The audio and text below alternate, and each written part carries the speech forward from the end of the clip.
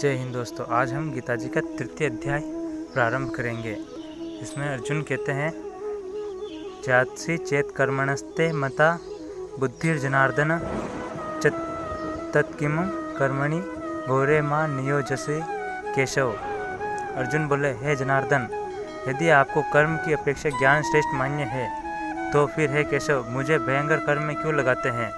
अर्जुन बोले, हे भगवान, अगर आपको कर्म की अपेक्षा ज्ञान ज़्यादा श्रेष्ठ लगता है तो फिर आप मुझे इस युद्ध जैसे भयंकर कर्म में क्यों लगाते हैं।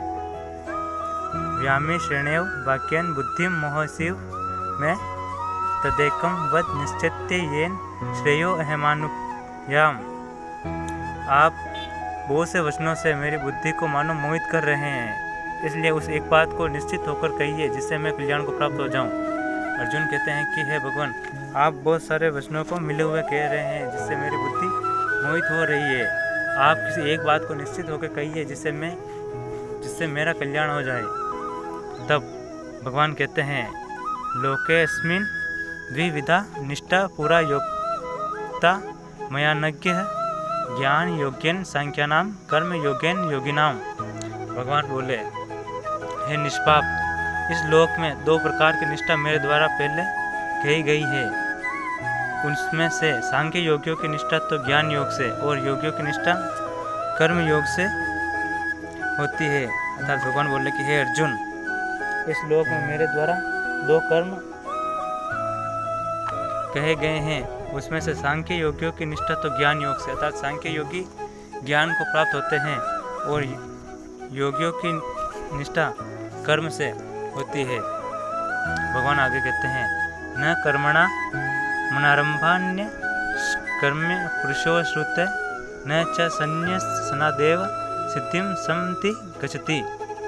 मनुष्य न तो कर्म का प्रारंभ किए बिना निष्कामता को यानी योग निष्ठा को प्राप्त होता है और न कर्मों के केवल त्याग मात्र से सिद्धि यानी सांख्य निष्ठा को प्राप्त होता है। भगवान कहते हैं कि मनुष्य न तो कर्मों का प्रारंभ किए बिना निष्कर्मता को अर्थात योग निष्ठा को प्राप्त नहीं होता है और न केवल कर्मों का त्याग करने से सांख्य निष्ठा को प्राप्त होता है। यानी भगवान कहते हैं कि मनुष्य कर्मों का प्रारंभ तो करना ही होगा, बिना कर्म किए वह ना तो योग निष्ठा को प्राप्त होता है और न ही केवल कर्मों का त्याग करने से सांख्य निष्ठा को प्राप्त होता है।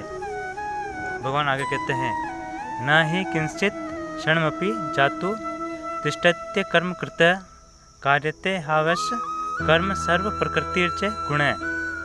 भगवान आगे कहते हैं, निसंदेह कोई भी मनुष्य किसी भी काल में क्षण मात्र भी बिना कर्म किए नहीं रहता, क्योंकि सारा मनुष्य समुदाय प्रकृति जनित गुणों द्वारा परवश हुआ कर्म करने के लिए बाध्य किया जाता है। अर्थात भगवान कहते हैं कि मनुष्य किसी भी काल में किसी भी क्षण काम किए बिना नहीं रह सकता है, यानी बिना कर्म के नहीं रह सकता है, क्योंकि सारा मनुष्य समुदाय प्रकृति जनित कर्म करने के लिए उसे बाध्य करता है। अर्थात हम प्रकृति के कारणों में बंधकर या प्रकृति के मोह से, अपने लोभ के मोह से बंधकर कर्म करने के लिए बाध्य हो जाते हैं। धन्यवाद।